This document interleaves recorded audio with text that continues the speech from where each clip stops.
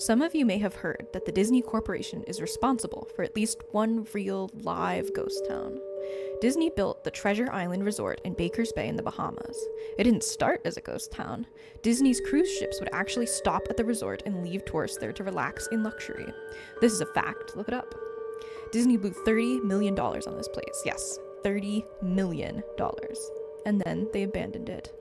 Disney blamed the shallow waters, too shallow for their ships to safely operate. And there was even blame cast on workers, saying that since they were from the Bahamas, they were too lazy to work a regular schedule. That's where the factual nature of the story ends. It wasn't because of sand, and it obviously wasn't because foreigners are lazy.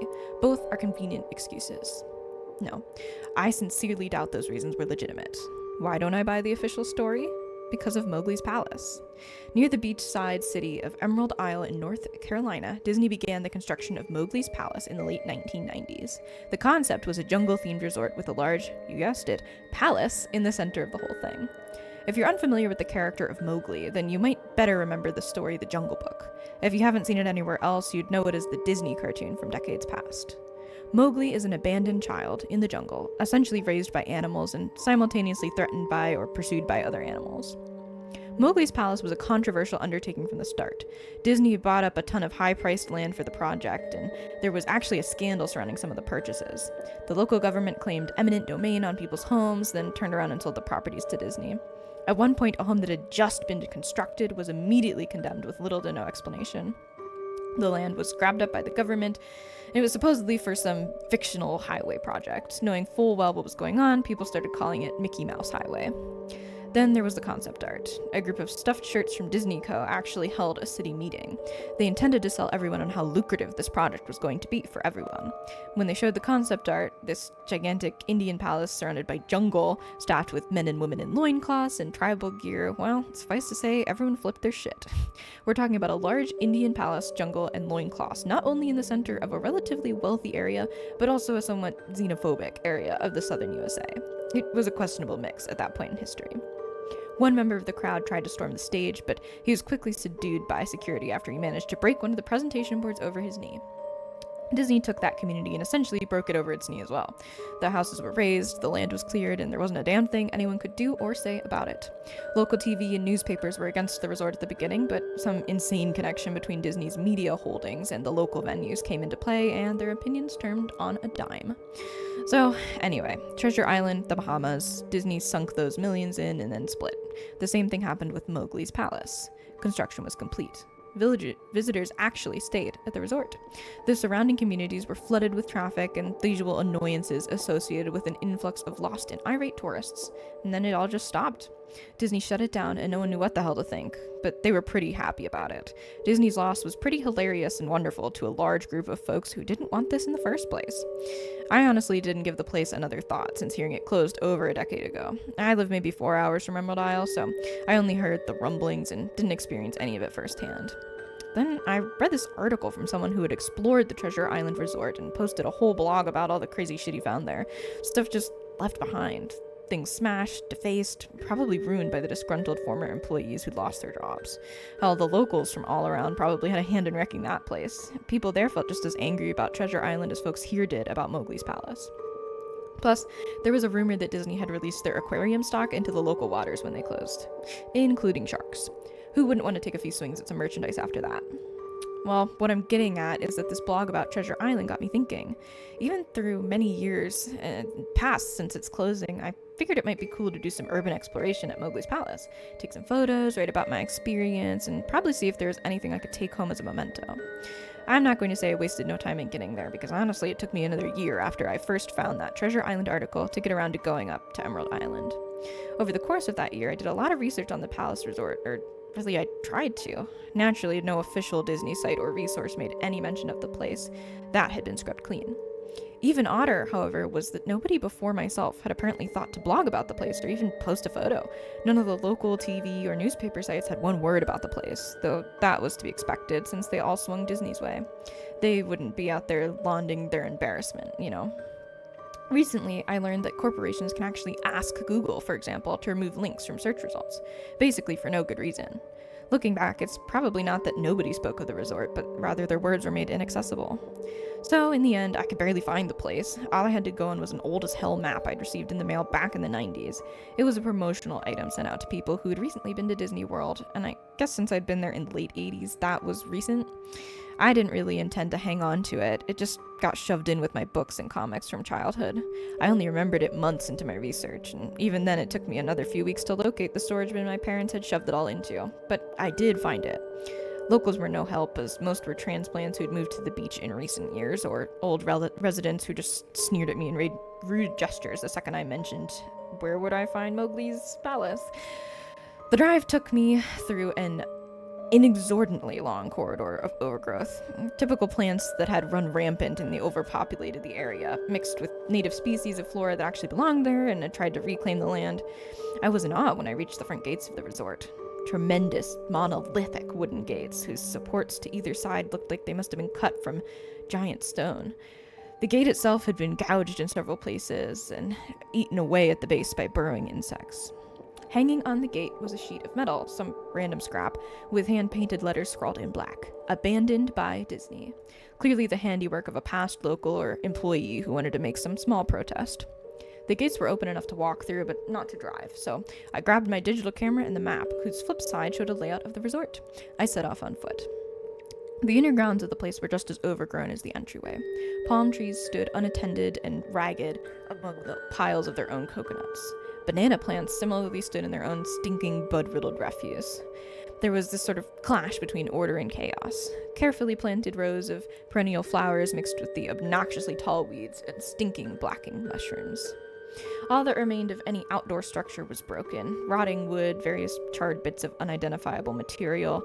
What was most likely an information booth or outdoor bar was now a pile of assorted debris, chopped up by past vandalism and ravaged by weather. The most interesting thing on the grounds was a statue of Baloo, a friendly bear from the Jungle Book, which stood in a sort of courtyard in front of the main building. He was frozen in a jovial wave toward no one, staring into empty space with a silly, toothy grin as bird shit covered the whole swaths of his fur and vines ensnared his platform. I approached the main building, the palace, only to find the outside of the building covered in graffiti, where the original paint wasn't peeling and chipped away. The front doors weren't just open, they'd been taken off their hinges and were stolen. Above the front doors, or the gaping well where they would have been, someone had once again painted "Abandoned by Disney." I wish I could tell you all the awesome stuff I saw inside the palace. Forgotten statues, abandoned cash registers, a full-fledged secret history of homeless bums, but no. The inside of the building was so stark, so bare, that I actually think people had stolen the molding off the walls. Anything that was too big to steal, counters, desks, big fake trees, they were all resting amongst this empty echo chamber that amplified my every step like a slow rat-tat of a machine gun. I checked the floor plan and headed to all the locations that might seem in any way interesting. The kitchen was as you'd imagine, an industrial food prep area with all the appliances in space, no expenses spared. Every glass surface was broken, every door knocked off its hinges, every metal surface kicked and dented. The entire place smelled like very old piss. The huge refrigerator, not even remotely cool now, had row upon row of empty shelf space. Hooks hung from the ceiling, probably for hanging cuts of meat, and as I stood there for a moment, I noticed they were swinging. Each hook swung in a random direction, but their movements were so slow and small, it was almost impossible to see. I figured it had been caused by my footsteps, so I stopped one from swinging by clutching it in my fist, and then carefully let it go. But within seconds, it started to swing once more. The bathrooms are in much a similar state as the rest of the place. Just like the Treasure Island resort, someone had methodically smashed each porcelain commode with coconuts or other implements. There was about half an inch of rancid, stinking, stagnant water on the floor, so I did not stay there very long. What's odd is the toilets and sinks and bidets in the ladies' room, yes, I went there, all dripped, leaked, or just ran freely. It seemed to me they should have shut the water off long ago. There were plenty of rooms in the resort, but naturally I didn't have time to look through all of them. The few I did peer into were similarly wrecked, and I hadn't expected to find anything there. I thought there was actually a television or radio in one, as I really think I heard a quiet conversation coming out. Though it was like a whisper, probably my own breathing echoing in the silence, or just another sound of flowing water playing tricks on my mind. This is what it sounded like. "I didn't believe it," short, unknown reply. "I didn't know that. I didn't know that. Your father told you." Unknown reply, or possibly just weeping. I know, that sounds ridiculous. I'm just telling you what I experienced and why I thought there might have been something running in that room, or worse, some vagrants who'd holed up there and probably would have knifed me. At the front doors of the palace again, I figured I hadn't found anything of note and wasted the trip up. As I looked out the door, I noticed something interesting in the courtyard that I had missed. Something that would give me at least one thing to show for all my trouble, even if it was just a photograph. There was a lifelike statue of a python, maybe 80 feet long, coiled up and sunning itself on a pedestal, right in the center of the area. It was almost time for the sun to start setting, so the light fell on the object in a perfect way for a photograph. I approached the python and snapped a photo, then stood on my toes and snapped another. I moved closer again to get the detail of its face. Slowly, casually, the python lifted its head, looked directly into my eyes, turned, and slithered off the pedestal, across the grass and into the trees, all 80 feet of it. Its head long disappeared in the woods before its tail even left the sunning spot. Disney had released all their exotic animals on the grounds. Right there on my floor plan map was the reptile house. I should have known. I'd read about the sharks at Treasure Island, and I should have known they'd done this. I was dumbfounded, just utterly stupefied. My mouth must have been hanging open for the longest time before I came back down to earth and snapped it shut. I blinked a few times and backed away from where the snake had been, back towards the palace. Even though it was totally gone, I still wasn't taking any chances, and I backed my way into the building. I took a few deep breaths and slaps to my face to get myself right in the head again after that. I looked for a place to sit down. My legs were feeling a bit like jelly at this point. Of course, there was no place to lay down, unless I wanted to recline in broken glass and dead leaf carpet or haul myself onto a desk of questionable reliability.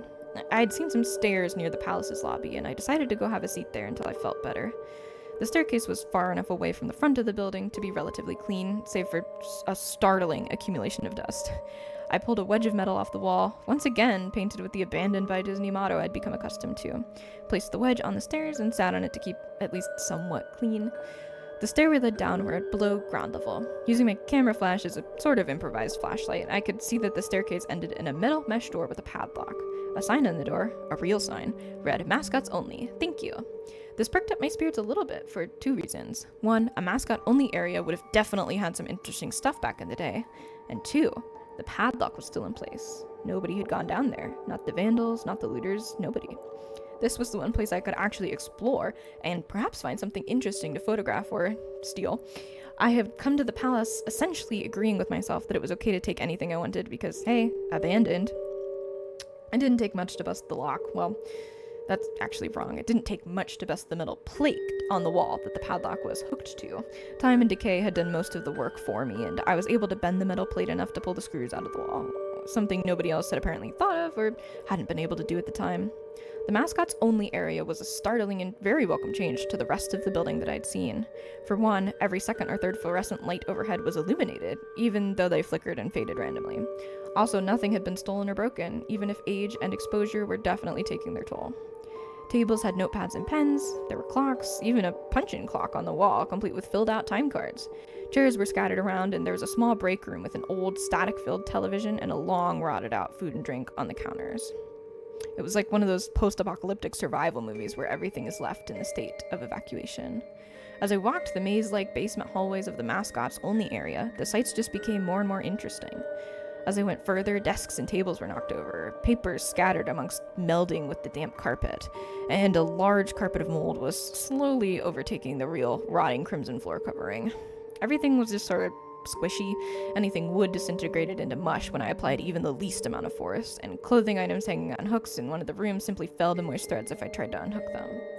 One thing that annoyed me was the light became more sparse and unreliable as I went further into the dank, suffocating depths of the place. Eventually, I reached a black and yellow striped door with the words Character Prep 1 stenciled on it. The door wouldn't open at first. I figured this was where the costumes were kept, and I defiantly wanted a photograph of that twisted, stinking mess. Try as I might, whatever angle or trick I tried, the door just wouldn't budge. That is, until I gave up and started to walk away, and then there was this slight popping sound, and the door creaked open slowly. Inside, the room was completely dark, pitch black. I used the camera flash to look for a light switch on the wall by the door, but there was nothing. As I made my search, I was jarred out of my sense of excitement by a loud electrical buzz. Rows of lights overhead suddenly flashed to life, flickering and fading in and out like the rest I'd passed. It took a second for my eyes to adjust, and it seemed like the light was going to just keep getting brighter until all the bulbs exploded. But just when I thought it would reach that critical stage, the lights dimmed a bit and steadied. The room was exactly as I'd pictured it. Various Disney costumes hung on the walls, fully put together like strange cartoon cadavers hung from invisible nooses. There was an entire rack of loincloths and native clothes on hangers towards the back. What I found odd, and what I wanted to photograph right away, was a Mickey Mouse costume at the center of the room. Unlike the other costumes, it was laying on its back in the center of the floor like a murder victim. The floor on the costume was rotten and shedding, creating bare patches.